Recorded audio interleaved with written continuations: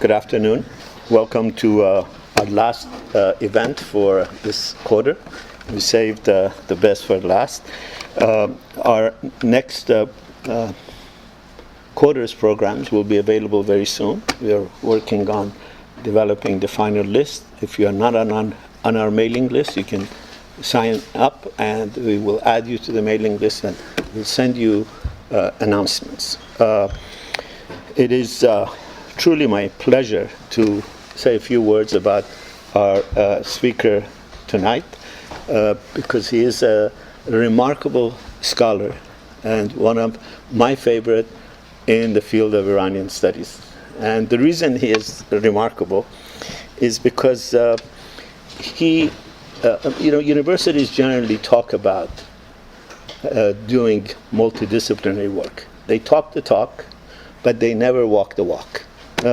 He actually talks the talks and walks the walks and writes brilliantly on a whole remarkable range of topics. If you want the best scholarly article on soccer in Iran, or rice cooking in Iran, or South Africa in Iran, or the definitive study of Nehsat Azadi, the freedom movement, his book, 30 Years, written in the past, is still that definitive study. He essentially follows where his heart is. He doesn't write in the traditional sense of the academic scholarship, writing stuff that 2.5 people might read, including himself. He writes what he likes, and when he finds something that he likes, he goes at it with remarkable methodic rigor and a sense of exhaustive scholarship. And everything he writes, I honestly, truly mean that. And the range is remarkable. If you go on his website, you look at his CV, it has all of his articles. You will be, I think, very pleasantly surprised by the multiplicities of disciplines that he has written. And if you read any of them, you will be, like me, inspired and awed by his rigor and by his dedication, by his wit, and by the range of issues that he has covered. So when I heard that he's written something on South Africa and Iran, I knew immediately we have to have him back.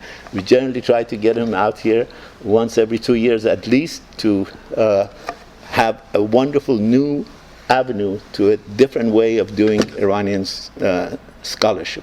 So please welcome Professor Chehabi. Thank you very much indeed. Do you all hear me if I speak like this? Because I prefer not to talk with a microphone. Well, thank you very much, Professor Milani, for inviting me again. One of these days I will ask you to put everything you've said in writing, because it is really very flattering. I don't deserve all this praise, but thank you very much indeed. Before I begin, I'd like to know how I should calibrate my remarks. Is there anybody here who is, in addition to the Iranian side, also interested in the South African side? Very good. So, because I will balance my paper as opposed to just talking about Iran. South Africa is a country that I've been involved with on a scholarly level for many, many years. In fact, while I was doing my PhD, I wanted to write my dissertation on South Africa. Except that my dissertation advisor then said, Persian, few people know Persian, write on Iran. So I ended up becoming a scholar of Iranian studies, but I combined these two interests and have gone to South Africa 3 times. I've interviewed every single South African diplomat who ever served in Iran before 1979, before relations were broken, before 1979. And I've interviewed every single Iranian who served in South Africa before 1979. The case of Iran and South Africa is interesting because both are middle powers. Both are middle powers, riparian states of the Indian Ocean, with very complementary economies.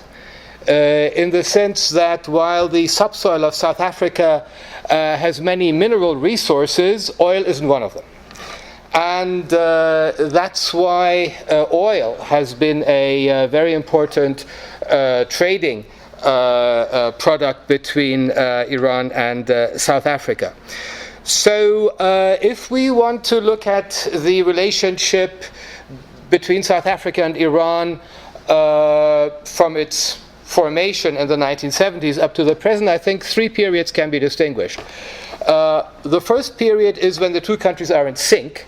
In other words, apartheid era South Africa and Pahlavi Iran, pre-revolutionary Iran, two pro-Western, anti-Soviet powers with a complementary relationship, as I will discuss.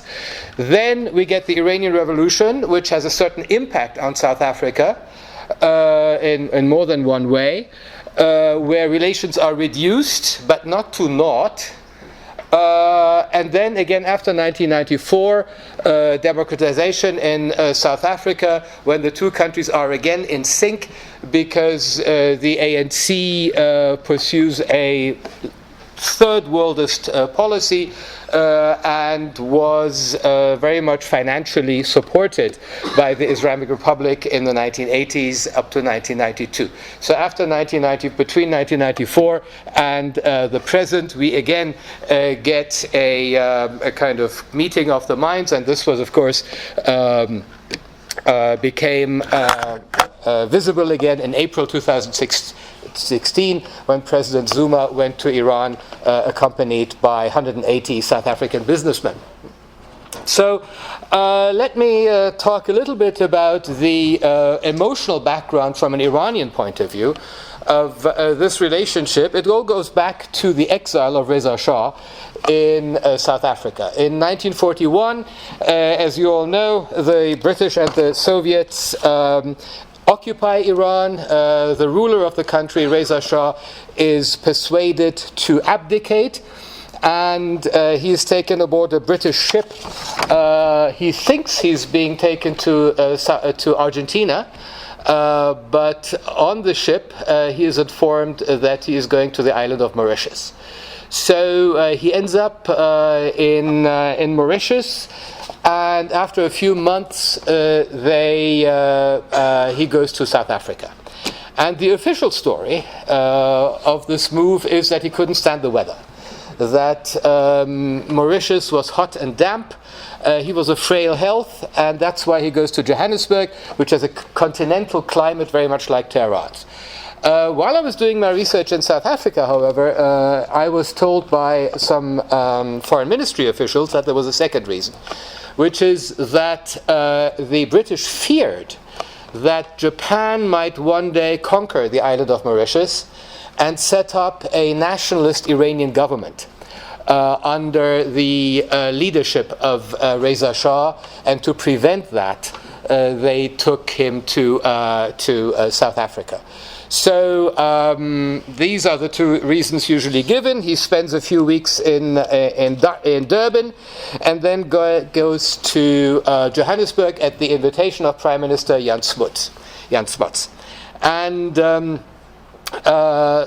he was not the first royal, because the Greek royal family had also fled Greece as a result of the Nazi advance, and found itself occupying actually the official residence of the Prime Minister, and so Libertas. And so, since that residence was not available, a house had to be found. And this house was owned by one Colonel Jack Scott, a mining magnate who rented his house in Johannesburg to Reza Shah. And Reza Shah dies in Johannesburg in 1944. Those of his children who had accompanied him returned to Iran as well, but this meant that from now on, certain members of the Iranian imperial family had an emotional tie to South Africa, which is where the founder of the dynasty had spent his last few years. In the 1940s and 1950s, Iran and South Africa maintained no relations, and the beginning of a kind of conversation between the two countries comes in the 1960s, and it turns out that in Washington, D.C., the South African embassy and the Iranian embassy are almost next door. And so there was an empty lot between them, and both embassies wanted to buy that lot to expand. As a result of this, the Iranian ambassador and the South African ambassador, Ardeshir Zahedi and W.C. Nodeh, start talking to each other. And of course, the Iranian ambassador at the time was the former son-in-law of the current ruler of Iran, right? And obviously, what do an Iranian and a South African ambassador talk about when they meet? They talk about Reza Shah's exile, right? And so the idea came up for the Iranian state to buy that house. The house in which Reza Shah had lived, and the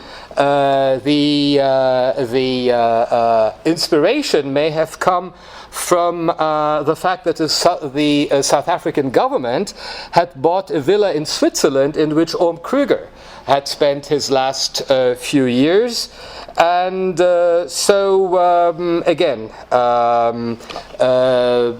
Jack Scott was located, but he didn't want to sell his house.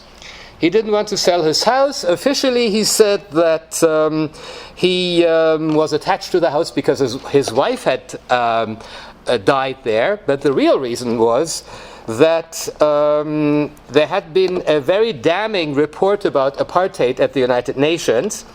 And the person who had written this damning report was an Iranian diplomat, namely Manouchehr Ganji. And so Jack Scott didn't want to sell his house to a country which had written this negative report. But there was also another reason, which was that the deed of the house, the title deed, explicitly said that the property could not be alienated to certain racial groups, such as Asiatics. And so it wasn't quite sure whether Iranians were Asiatics or not. And this is the beginning of a long engagement with apartheid. Where do Iranians fit into the quadripartite division of South Africa that the apartheid regime had instituted? For your information, for those of you not familiar, according to the apartheid ideology, there were four classes of people: whites, coloreds, which were people of mixed race, Indians, and Africans or blacks, right? And there was a hierarchy between them, with whites with full citizenship rights, blacks with no citizenship rights at all, and coloreds and Indians somewhere in the middle. So, so there were legal barriers on the South African side, but then this matter was taken so seriously by the South African government that the House of Assembly, the South African Parliament, actually passed a law to make this transfer possible. And the reason why the South African government was so eager to bring this to a close was that at the international level, hostility to apartheid was growing, and therefore it became desirable for the South Africans to have friendly ties to a major oil producer, which was Iran. So in the 1960s, both South Africa and Iran developed a push to expand their foreign relations. South Africa to get out of the isolation that apartheid had put it in. And in Iran, because the Shah of Iran wanted international support for his territorial claims on the 3 islands of the Persian Gulf, and he needed allies at the UN, and so there was a certain diplomatic push of Iran into Africa, not only South Africa, but also Kenya, Senegal, etc., in order to have votes at the United Nations General Assembly. In other words, there were common interests, and these are as follows. By the end of the 1960s, both Iran and South Africa have anti-communist governments that are weary of communist expansion. Both are fighting Soviet-backed insurgencies in neighboring countries, South Africa in Angola and Iran in Oman. Both maintained cordial relations with Israel. Neither was a member of the non-aligned movement. Both of them had tense relations with many countries in their immediate vicinity, South Africa with most sub-Saharan African countries, and Iran with the most important of its Arab neighbors, namely Iraq and Egypt. And both were dynamic economies with high growth rates. To sustain this growth, Iran needed industrial goods and South Africa needed oil. So that was the economic basis of this relationship. So afterwards, a representative of the National Iranian Oil Company visits South Africa, and this has to be seen in light of the Shah's policy to gain elbow room at the expense of the big oil companies. Most of Iranian oil was, of course, as you all know, marketed by the big companies, but there was a little bit of elbow room. So the Shah started NIOC began constructing a refinery in India. There were deals with Israel, and so the South African side was done by NIOC itself, as opposed to the foreign oil companies that were buying Iranian oil.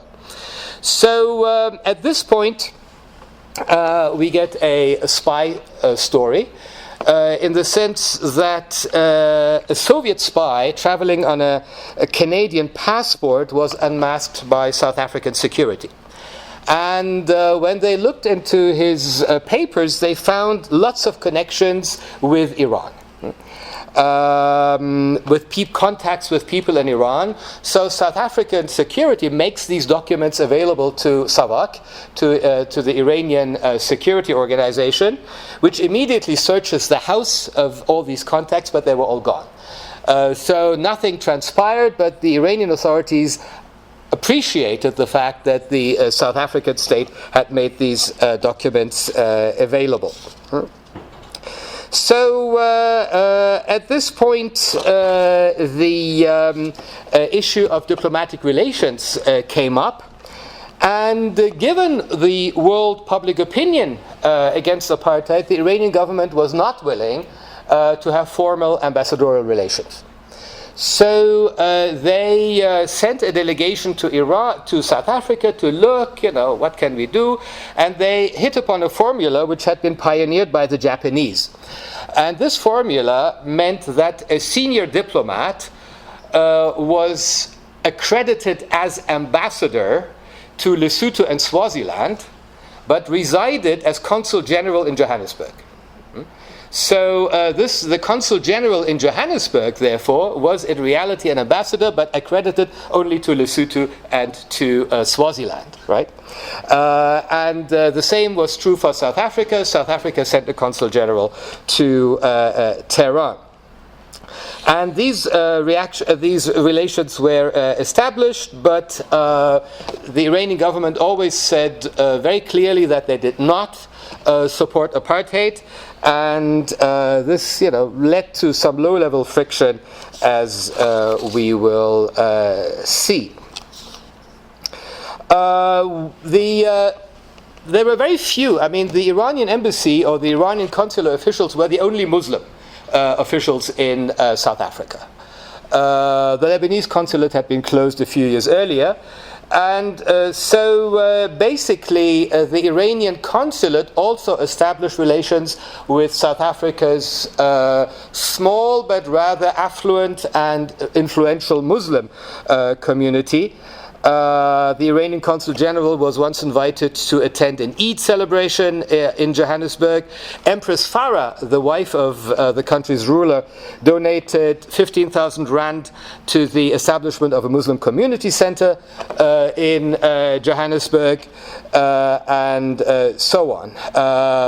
And at one point, some Indians, Johannesburg Indians, wanted to hold a reception in a new hotel, the Carlton in Johannesburg, but they fell afoul of apartheid, so they talked to the Iranian Consul General, and the modus vivendi that was found was that the Iranian Consulate General would sponsor the reception, which the Indians then held in this hotel. So what I'm trying to say is that the Iranian consular staff in Johannesburg did try to reach out to different communities in South Africa, including the Lebanese, 26,000 residents who had no longer any diplomatic representation and who would sometimes turn to the Iranians as well. The same goes true with the Jewish community of South Africa, because this Jewish community included a number of Iranian Jews. Or Ashkenazi Jews who had come through Iran and then settled in South Africa. One thing that the Iranian government refused to do was to recognize the homelands.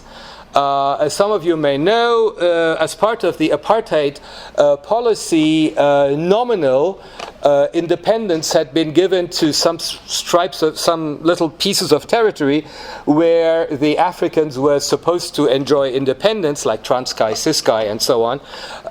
And so the South Africans would have liked Iran to recognize the independence of these, but Iran, like the rest of the world, refused to do so. On the political level, there were visits. At one point, one of the sisters of the Shah went there. She unveiled a statue of her father. South African government ministers visited Iran. And as late as October 1978, I find this very interesting and hard to believe right now, as late as October 1978, while revolutionary fervor was reaching a peak, the South African foreign minister, Pik Botha, actually went to Iran, visited Iran to try to keep Iranian oil flowing. This is October 1978. Wonder what kind of reception he had. So let's talk now a little bit about these relations. The oil becomes important because, as I said, the Shah wanted to expand the international activities, the downstream activities of NIOC.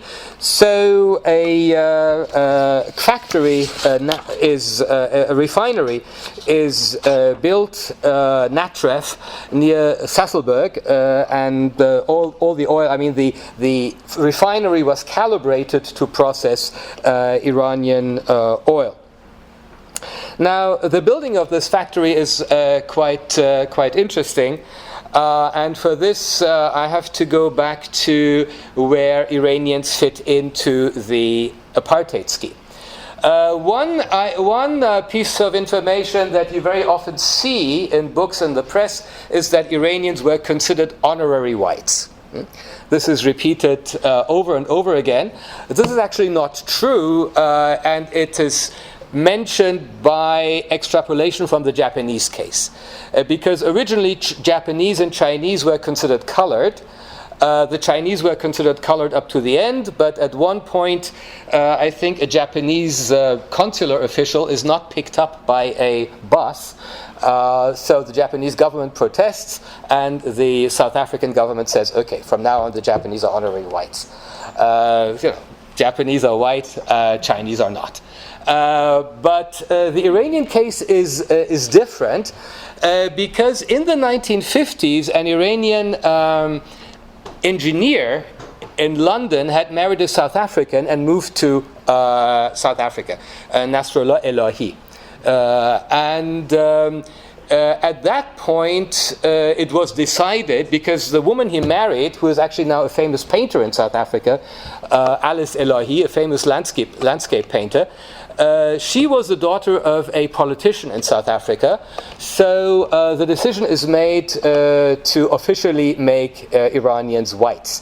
And so Iranians had been white in South Africa ever since the 1950s. And the reasoning is also interesting. It all goes back to Lebanese Christians.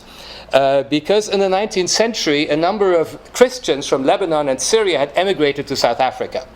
And so the question arose, what race are they? And this matter was taken to court, and it was decided, the Lebanese argued that they were from the same land as Jesus Christ. And Jesus Christ couldn't possibly have been anything but white, as a result of which Middle Easterners were all white. And this then benefited the Iranians as well. So, Iranians are whites, and the NIOC is building a refinery in Sasolburg, right? Except that Iranians come in all sorts of hues and colors. Basically, all the races that you have in South Africa you can find in Iran as well, although in very different proportions, of course. And the people in the south of Iran are relatively dark-skinned, right? So you get all these NIOC officials, the workers, the engineers, etc., who go to South Africa. And this is an adult audience, so I can tell you a story that the Consul General of Iran told me. The question arose, you have 400 Iranian men. What do they do on weekends? And in South Africa, apparently, even brothels were divided by color.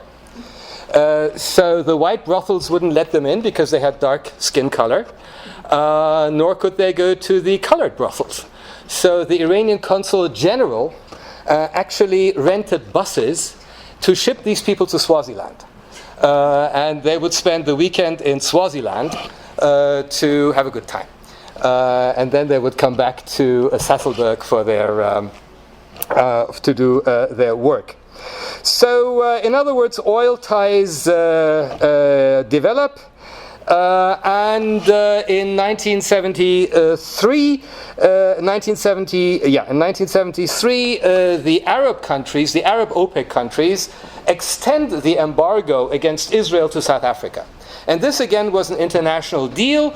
African countries that had recognized Israel were enticed to break political relations with Israel in exchange of Arab countries putting an oil embargo on South Africa. So South Africa joins Israel in the number of countries that are boycotted as far as oil is concerned, and Iran immediately makes good on the shortcoming. So at this point, after the Arab oil embargo on South Africa, Iran becomes the lone supplier of South African oil, and by 1978, 97% of South African oil actually comes from Iran. Iran is incredibly important to South Africa. The Shah is sometimes criticized for this in interviews with Jeune Afrique and so on. But he says, we don't approve of apartheid, but for me, national interest comes first. And if it's the national interest of Iran to have oil contact with South Africa, so be it. So much for oil. The other important part of cooperation in the 1970s was nuclear.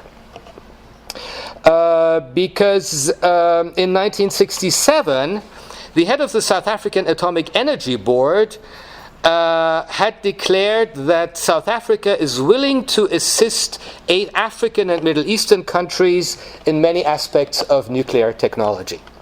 So at that point, a doctor from a hospital in Cape Town spent 9 months in Iran instructing Iranian medical staff in the use of radioisotopes.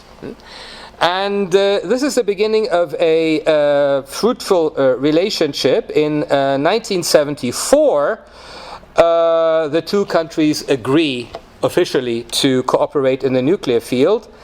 And in 1975, a $700 million agreement is signed between South Africa and Iran, according to which Iran would invest in South Africa's planned uranium enrichment plant and in return be assured of 14,000 tons of uranium oxide. Now, this is very important because Iran even then wanted to have full control over its nuclear enrichment cycle, which is something that neither the French nor the Americans were willing to give to Iran. Right? So again, the Shah tried to break out of these constraints that the French and the Americans put on Iran by signing this agreement with South Africa. Add to that the fact that at the time, South Africa is in control of what is now Namibia, Southwest Africa, where a major uranium mine, Houchang, is being established by the South Africans. So the Shah in 1976 buys a 15% share in this Houchang mine, which to the best of my knowledge, Iran still has. And the idea was that since Iran has access to this uranium mine would then provide Iran with uranium. At the same time, the Shah bought 10% of Eurodif in Paris and in France, a uranium enrichment plant in the northwest of Paris. So what in fact transpires is a triangular relationship between Iran, South Africa, and France, where Iran ships oil to South Africa, where it owns part of the refinery at Sasolburg. It gets its uranium because it owns part of the uranium mine. This uranium is now shipped to France, where Iran owns 10% of the enrichment facilities, and enriched uranium will then be sent to Iran to power Iran's nuclear plants, right? So, in other words, it's a very well thought out scheme between these three countries. Now, the interesting thing is that these three countries always denied that there was a triangular deal. They always insisted that these are three bilateral relationships. But it may or may not be a coincidence that the South African minister who signed all these agreements, from Tehran, he goes straight to Paris. So a certain amount of coordination was definitely there. There were other trade links as well. The South Africans, with their expertise in mining, actually start a mining school in Iran, Madrasa Aliya Madan Shahrud, in the town of Shahrud. A number of South Africans go there and teach. There were other transportation in the Indian Ocean is very cheap.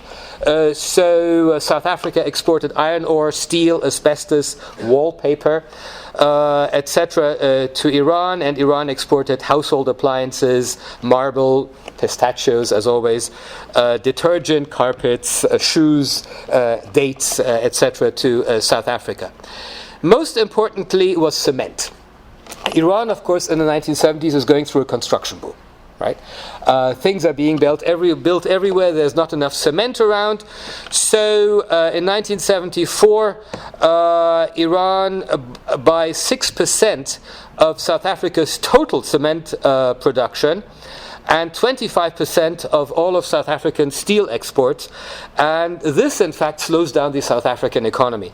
There are, in 1976, the construction industry in Port Elizabeth comes almost to a complete standstill because all the cement is going to Iran. The South African government had taken a conscious decision that supplying Iran was more important than the South African construction company. This brings me to another one, aspect, which is military cooperation. As I said, two countries, Indian Ocean, anti-Soviet, fighting communist insurgencies in the vicinity.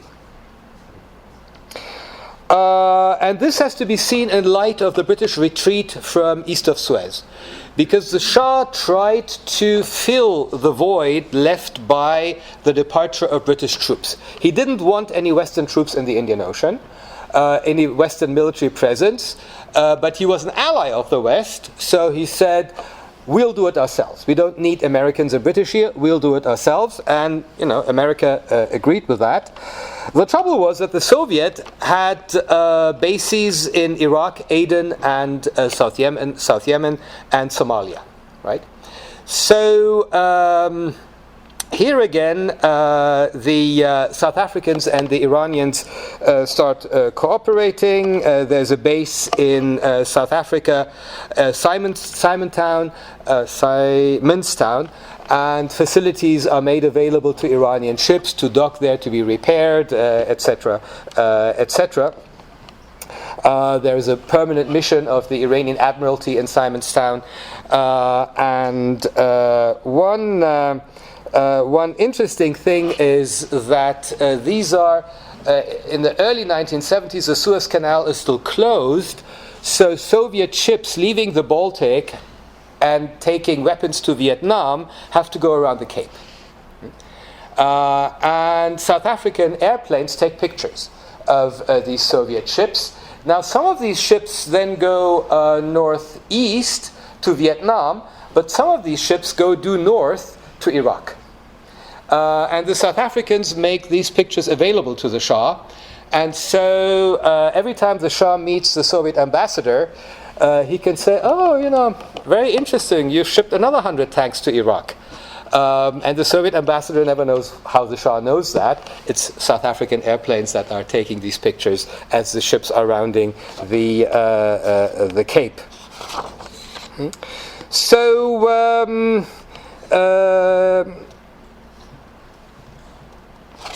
this is the story of the cooperation between Iran and South Africa. I've already mentioned the difficulty of some of these less fair-skinned Iranians in South Africa, be they sailors or NRC officials. There was a more tragic accident when 3 Iranians were actually killed for being white. These were 3 Baha'is who were conducting a service, a multiracial service, and members of the Azanian People's Liberation Army, which was the military arm of the Pan-Africanist Congress, stormed the church where the meeting were being held, told the whites to go one way and the blacks to go the other way, and they killed the whites, including these 3 Iranians. So, in other words, some Iranians did pay for their lives for apartheid policy. The 2 assassins later apologized during the Truth and Reconciliation Commission hearings in 1998. So, in other words, a relationship between 2 countries based on realpolitik, advantageous to both regimes, neither of which, of course, is democratically legitimated. Neither the Shah's regime nor the apartheid regime is democratically legitimated, so they can make whatever policy they like, and both try to gain elbow room for themselves with this cooperation. And then comes the Iranian Revolution.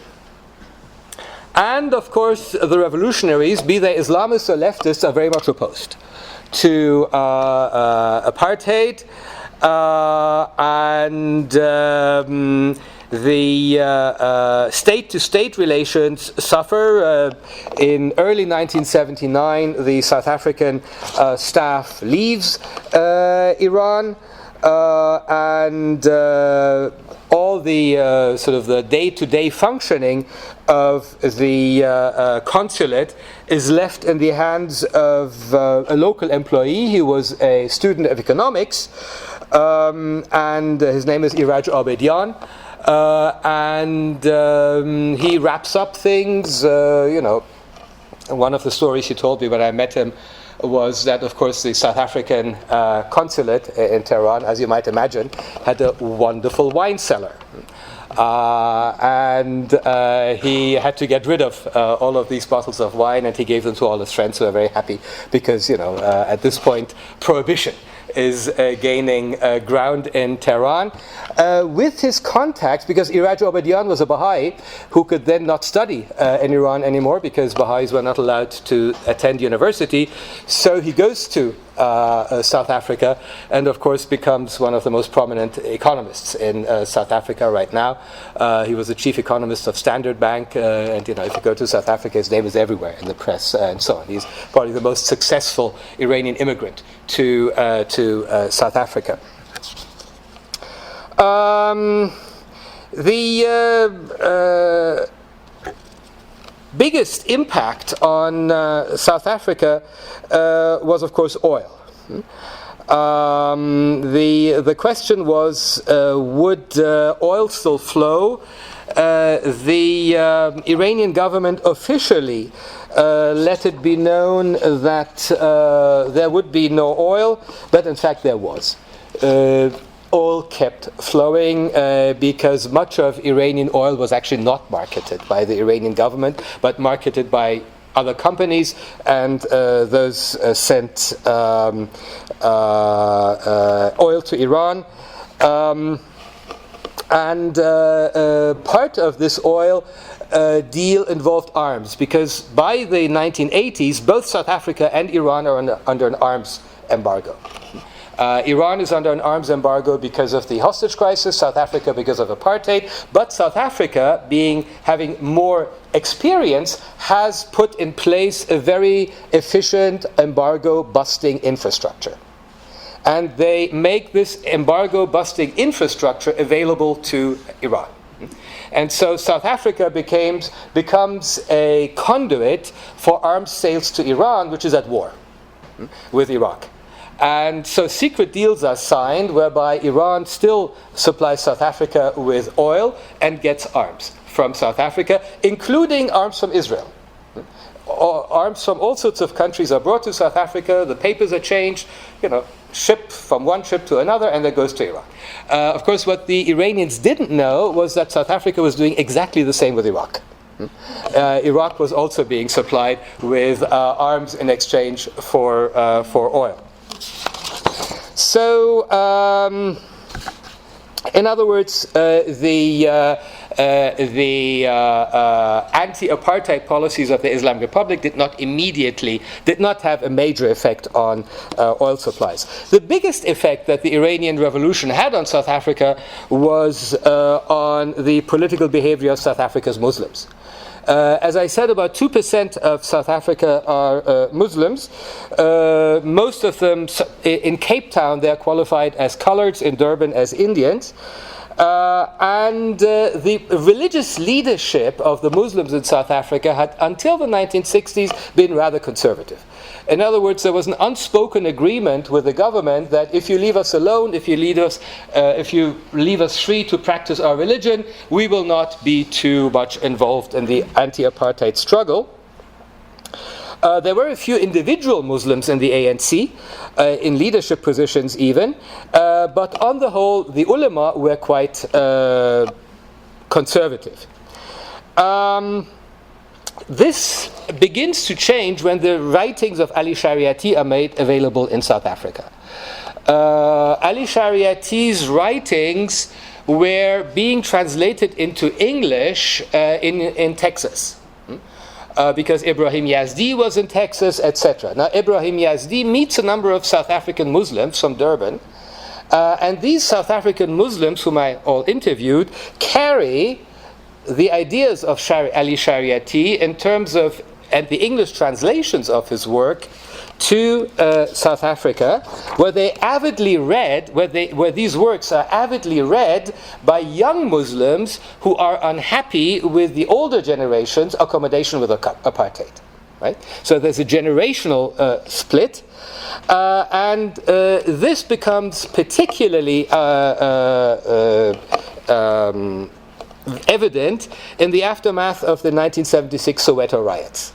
In 1976, there are riots in Soweto, a number of people are killed, and that really makes the anti-apartheid movement in South Africa much more militant than it was before, and now Muslims join in more important numbers, and many of them are made sort of aware that Islam can be read as a revolutionary ideology by the writings of Ali Sharti. Not only Ali Sharti, of course, Maududi and Sayyid Qutb and all these people play a role as well.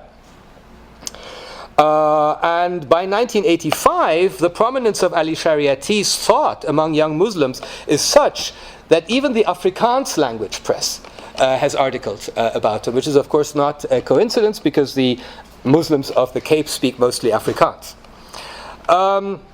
So the overthrow of the Shah was met with joy by most Muslims in South Africa. My friends there told me that on the campuses of the universities, Muslim students were wearing T-shirts with a picture of Khomeini. And in particular, one South African author, very famous novelist, Tatamkhulu Africa, was so, he had converted to Islam, but he became so enthusiastic about the revolution that he actually converted to Shiism. He converted to Shiism and created a little organization called Al-Jihad. Now, this is very, very different from the Shiism practice in Iran. When I was in South Africa in the year 2000, I interviewed some Al-Jihad members. The women were unveiled, and they told me that they're for liberation of everybody, including gays and lesbians. But they were upset that the Iranian government didn't take them seriously. So it remained a small group of revolutionaries who had their own ideas about what liberation in Iran had entailed. Other Muslim youth groups like the MYM and so on were sympathetic, but gradually, as the Islamic Republic sort of became less liberal and more Shiite, their support became ever more critical. In the sense that in the beginning this was an Islamic revolution against imperialism, so Muslims in South Africa are in favor of it. Delegations start going to Iran, then the Islamic institutions take shape, the constitution is voted on, and so gradually these people who have a first-hand knowledge of Iran realize that this is not an Islamic republic, this is a Shiite republic. And the Muslims in South Africa tend to be, all of them are Sunnis. And so gradually there was a certain disenchantment. People would support Iran against America, but not see Iran as an exemplar anymore, except for one little group called Qibla, which was funded by the Iranian government, and apparently they would go around staging Quds Day demonstrations and shout slogans like "Marg bar Monaferin, Marg bar Shoravi." In other words, why a South African Muslim group would chant "Marg bar Monaferin" isn't quite clear, but they were basically funded by Iranians.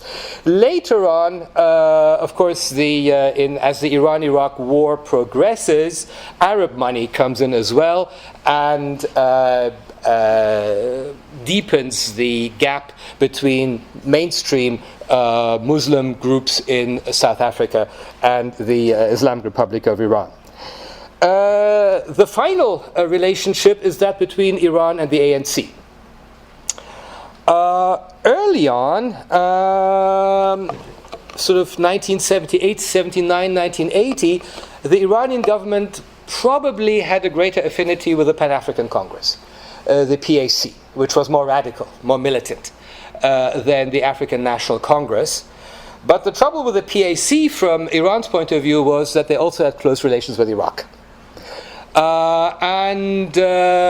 This is a story that I have not been able to research because none of my attempts to contact the PAC were actually successful. Nobody ever wrote back, nobody ever emailed back, etc. So I don't know exactly what transpired between the PAC and the Islamic Republic. But I do know that as a result of this, Iran inched closer to the ANC. After 1989, when Iranian foreign policy in general becomes somewhat more moderate, Iran starts making financial contributions to the African National Congress. And in July 1992, at the invitation of President Rafsanjani, Nelson Mandela actually paid a 3-day visit to Iran. The support really mattered. I met one journalist in Johannesburg who was active in the anti-apartheid movement, always on the run from the authorities and so on. He told me that when they would leave South Africa and enter Zimbabwe, the first port of call would be the Iranian embassy in Harare. Where they would be given money, etc., etc. So, in other words, much of the subsequent South African policy, post-apartheid policy to Iran, can be explained by this tie between the ANC and the Islamic Republic. Which brings me to the last part, the relationship since 1994. There we get a sort of struggle, because on the one hand, the South African Constitution, which is the most progressive in the world, calls on the South African government to base its foreign policy on human rights, on the respect for human rights, right? On the other hand, the ANC is a liberation movement which has anti-imperialism in its DNA. And so there is a certain third worldism which has affinities with the third worldism of the Islamic Republic of Iran, right? And so diplomatic relations are reestablished in 1994. Not much transpires in the 1990s, but in the 2000s, in the first decade of the 21st century, relations again flower a little bit. In 2005, a certain Mr. Rouhani, and I think it's the current president, actually tries to persuade the South Africans to make nuclear know-how available to Iran, because South Africa is a country that had actually developed nuclear weapons and destroyed them. The first country which so far the only country which has actually voluntarily renounced nuclear nuclear weapons. He apparently met none other than President Mbeki himself. So Iran still has interest in oil, and so gradually the old complementarity that we had witnessed in the 1960s and 1970s reasserts itself. The two countries are economically complementary. Iran again becomes a major supplier of oil to South Africa, because the refinery is calibrated to Iranian oil, and in fact South Africa invests in a joint venture inside Iran, which the name is very interesting. It's called Arya Sasol. Arya, of course, harks back to the Iranian myth of Aryanism, and it's interesting that even under the Islamic Republic, this myth won't go away. Arya Sasol, but later on, they sell their stake because it doesn't work. So basically, the problem is the nuclear issue. And on the nuclear issue, South Africa, on the one hand, is committed to non-proliferation, right? It's the one country that had renounced nuclear weapons. On the other hand, it stands up for Iran's right not to be bullied by the Western powers. So what the outcome of this struggle for the South African soul is to insist that Iran's nuclear program be discussed not at the Security Council, but at the International Atomic Energy Agency, the IAEA. The argument being that it's only the IAEA that has the technical know-how to verify whether Iran is in fact breaching its obligations or not breaching its obligations, and that the matter is a technical matter which shouldn't be left to a political forum like the United Nations Security Council, right? The other thing about the ANC is that it's committed to negotiations. I mean, after all, the democratization of South Africa, the break with the past, was accomplished as a result of negotiations. So they always insist that this matter, that it's useless to threaten Iran, that threats against Iran's territorial integrity are counterintuitive, that all the sides have to negotiate, etc. And when Brazil and Turkey tries to step in to find a solution, South Africa actually very much supports that.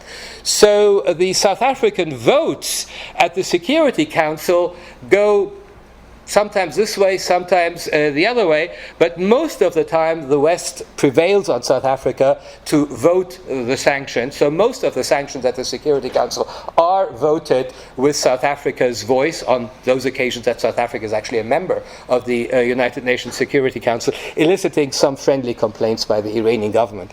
We expected better, and so on and so on. So the nuclear issue is one where South Africa basically tries to have it both ways. Go against proliferation, but also speak up for Iran's right to have a peaceful nuclear development. The other big economic connection was cell phones. And here the story becomes somewhat murky.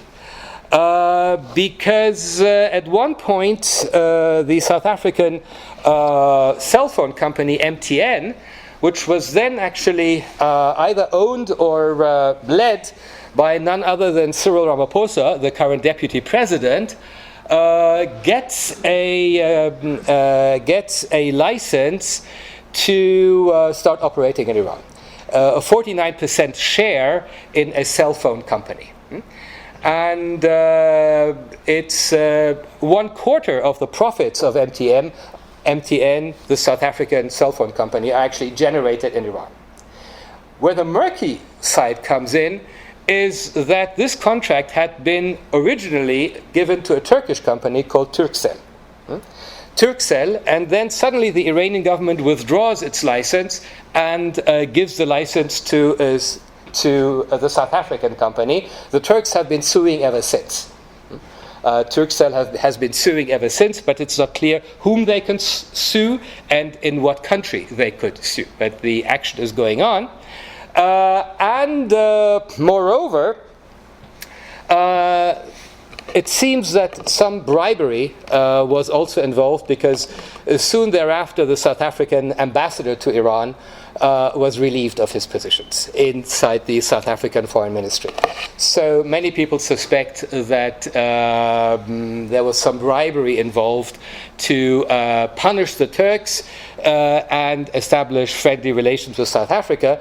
Unfortunately, MTN has not really benefited from this, because while the operation in Iran is very profitable, the profits cannot be repatriated because of the banking sanctions. So MTN actually has $1 billion in Iran waiting to be taken to South Africa. And of course, in 2015, suddenly a big report comes out, Iranian spying activities in South Africa. And it turns out that Iran had set up many institutions in South Africa, and the South African security agencies kept an eye on these activities and found that they did things other than what they said they did. So this includes the local office of the Ahlul Bayt Foundation, which is a Shiite organization. This includes an organization called the Silk Road. This includes the Iranian embassy. This includes a number of organizations. And basically it turns out that all of these organizations which were supposed to be sort of promoting Persian language and culture, or promoting the knowledge of Twelver Shi'ism, or Iran's commercial interests, were staffed by people from the Iranian Ministry of Intelligence, who had set up networks in South Africa to overcome the embargo busting networks, to buy things that they were not supposed to buy, to acquire technologies that they were not supposed to acquire, and so on. So it seems that this report, which was available on the internet, everything I tell you is common knowledge. I have no inside track to South African security, I can assure you. This report was issued at the sort of request of British intelligence, MI6, and so on and so forth.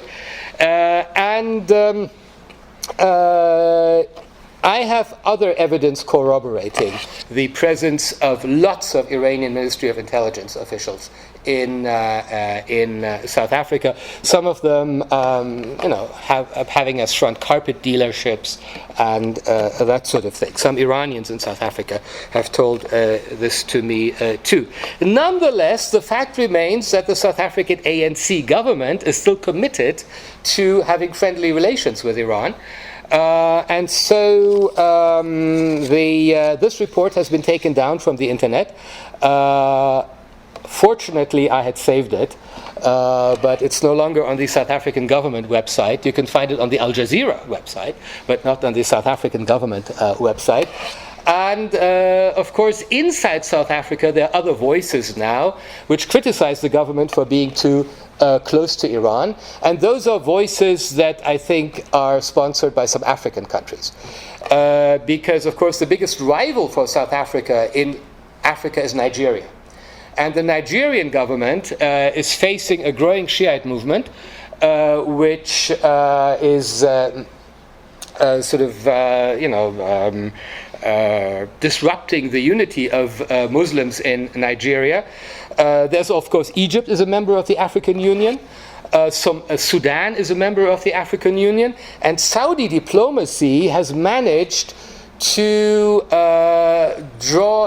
put a wedge between Iran and some of these African countries. There was a point a few months ago when a number of African countries, Sudan, Djibouti, etc., suddenly broke off relations with South Africa, with Iran, right? And so South Africa is criticized by a number of AU members for its close relationship with Iran. And this did not prevent the president of South Africa, Zuma, to go to Iran, as I mentioned, in April 2016, with an entourage of 180 businessmen, and a number of memorandums of understanding were signed that tend to be very general. Cooperation in the field of communications, cooperation in the struggle against terrorism, cooperation. And so we will have to see whether the nuclear accord will open up Iran to the point where it is actually worthwhile for South African companies to do business in Iran. But if it ever comes to that, if ever Iran is reinserted into international banking networks, etc., I think South African companies are ready to take advantage of that. So, in other words, to wrap up this rather long talk, and I really thank you for your patience, there are some natural affinities, complementarities between Iran and South Africa, which were fully operational in the period of apartheid and Pahlavi, which became somewhat subdued in the period between the Iranian Revolution and the end of apartheid, and which then again began flowering again when the ANC took over in South Africa with its historic debt towards Iran. Thank you very much.